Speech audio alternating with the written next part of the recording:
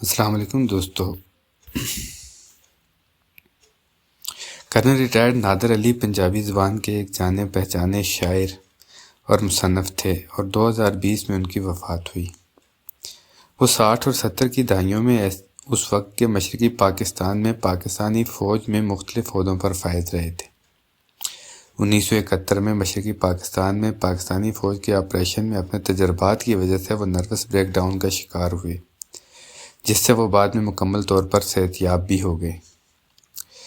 انہوں نے اپنی یادداشتوں میں اپنے جو تفصیلی تجربات کا ذکر کیا، ان میں ان کی ڈھاکہ کے مقام پہ جب 1971 میں پاکستان ٹوٹ کر بنگلہ دیش بنا تو اس وقت وہ بنگلہ دیش میں موجود تھے، ان یادداشتوں کو وہ قلم بند کرتے ہیں۔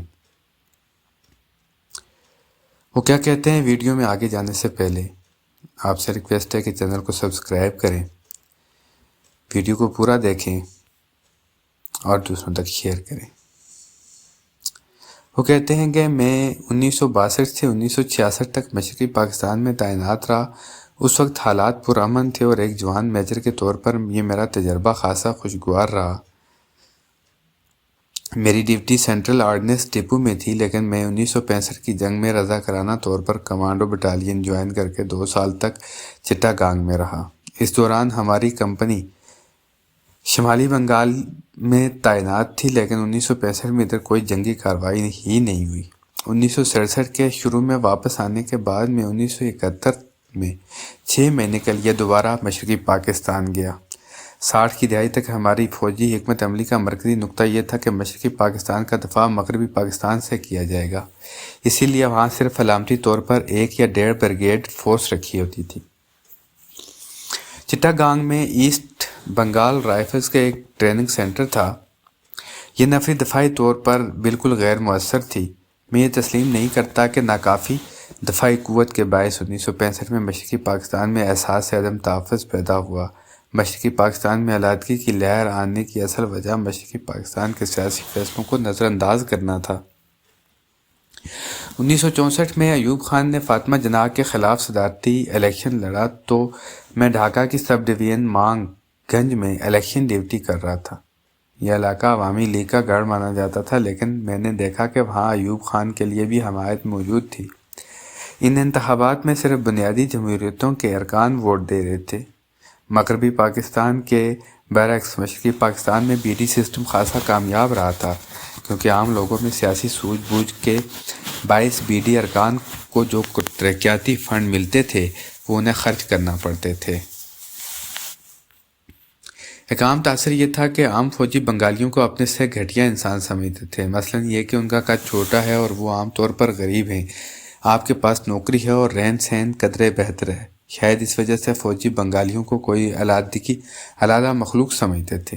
بنگالی ثقافت کو اپنانے یا ان کی زبان سیکھنے کا شوق بھی کم ہی تھا۔ کچھ گنے چنے افسروں نے بنگالی عورتوں سے شادیاں کر رکھی تھی، لیکن عام میل جول کی سطح اپنائیت کے درجے سے بہت نیچے تھی۔ 1968 میں اگر تلا سازش کیس سامنے آیا، اس کیس میں جو باتیں الزامات کے طور پر پیش کی جا رہی تھی وہ تو فوجی محسوں میں روزمرہ کے مذاق تھے۔ مثلا میرے ہم مرتبہ فوجی افسروں میں یہ مذاق عام تھا کہ اگر مشرقی پاکستان علیحدہ ہو جائے تو سب کی ترقیاں ہو جائیں گی۔ جب شام کو ڈرنک کرنے بیٹھتے تو ایک دوسرے کو ہلکے پھلکے انداز میں جنرل یا بریگیڈیئر کہا جاتا تھا۔ جب اگر تلا کیس کی بریفنگ افسر جنرل اوان نے یہ غیر سنجیدہ گفتگو بطور الزام پیش کی تو مجھے بڑی کوفت ہوئی اور میں نے کہا کہ یہ سب تو مذاق تھا اور اسے سازش سمجھنا تو بہت مضحکہ خیز بات ہے۔ شیخ مجیب الرحمن کو انڈین نواز ثابت کرنے کے لیے اس پر طرح طرح کے لیبل لگائے جاتے تھے۔ مجیب الرحمن ایک عوامی لیڈر تھا، اس کی سیاست ہنگامہ آرائی کے گرد گھومتی تھی۔ عوامی لیگ کے رہنما سہروردی کی موت کے بعد وہ پارٹی لیڈر بن گیا۔ وہ ایک مقبول لیڈر تھا جو کبھی حکومت کا حصہ نہیں بنا۔ پھر اس نے فروری 1966 میں 6 نکات پیش کیے جن کے گرد 1970 کا الیکشن لڑا گیا۔ عوامی لیگ کے خلاف زبردست پروپیگنڈا جاری تھا۔ بہت کم لوگ یہ سیاسی شعور رکھتے تھے کہ بنگال میں ایکشن نہیں ہونا چاہیے۔ عام آدمی یہ سمجھتا تھا کہ علیحدگی کی لہر ختم ہونی چاہیے۔ یہ صورتحال ملک کے خلاف بغاوت اور ہندوستانی سازش ہے۔ عام لوگوں میں یہ تاثر تھا کہ بنگال کی بات کرنے والے محب وطن نہیں ہیں۔ یہاں ایک عجیب تضاد شروع ہوا۔ یحییٰ خان نے ایک لیگل فریم ورک آرڈر بنایا جس میں ایسی باتیں تھیں، مثلا ملک کے خلاف کوئی بات نہیں کی جائے گی، آئین اور وفاق کے خلاف کچھ نہیں کہا جائے گا، وغیرہ۔ مجیب الرحمان کے 6 نکات اس کے بالکل الٹ تھے، جن کے مطابق کرنسی اور خارجی امور کو چھوڑ کر باقی تمام اختیارات صوبوں کے پاس ہونا تھے اور پاکستان کے دونوں حصوں میں علیحدہ علیحدہ دارالحکومت بننا تھے۔ مجیب کی مقبولیت کو روکنے کے لیے عجیب اقدامات کیے جا رہے تھے۔ ڈھاکہ میں اس وقت دارالحکومت ثانی زیر تعمیر تھا۔ منصوبہ یہ تھا کہ وفاقی حکومت کا کچھ حصہ ڈھاکہ منتقل کر دیا جائے، لیکن اس انتظام کی تفصیلات پر کبھی کسی نے غور نہیں کیا تھا۔ فوجی ڈکٹیٹر کی حکومت ہو تو ساری طاقت ایک شخص میں مرکوز ہو جاتی ہے۔ وہ شخص مغربی پاکستان میں تھا اور ایک ایسی فوج کا سربراہ تھا جس میں اکثریت مغربی پاکستان والوں کی تھی۔ یہ تضاد تو پہلے دن سے تھا، اس کو دارالحکومت ثانی بنا کر کیسے دور کیا جا سکتا تھا؟ یہاں سے میرا اپنا تجربہ شروع ہوتا ہے۔ 25 مارچ 1971 کو مشرقی پاکستان میں فوجی کارروائی شروع ہوئی تو میں پی ایم اے میں انسٹرکٹر تھا۔ میری بٹالین مشرقی پاکستان میں تھی۔ میں نے رضاکارانہ طور پر مشرقی پاکستان جانے کا فیصلہ کر لیا۔ یہاں سے جانے والے ایک میجر کو بتایا گیا کہ اگر تم نہیں جانا چاہتے تو اپنا نام کٹوا لو کیونکہ یہ شخص جانا چاہ رہا ہے۔ جب مجھے خبر ملی تو میں بہت خوش ہوا۔ اب یہ میری عاقبت یا نااندیشی تھی کہ میں اس فوج کا حصہ بن گیا جو ایک بغاوت کو چلنے جا رہی تھی۔ اصل میں بات حب الوطنی کی نہیں ہوتی۔ فوجیوں کی نفسیات یہ ایسی ہوتی ہے جیسے کسی چور کو چوری کی عادت ہو یا نشئی کو نشے کی۔ فوجیوں کا بھی دل چاہتا ہے کہ اپنے یونٹ کے ساتھ لڑائی میں حصہ لیں۔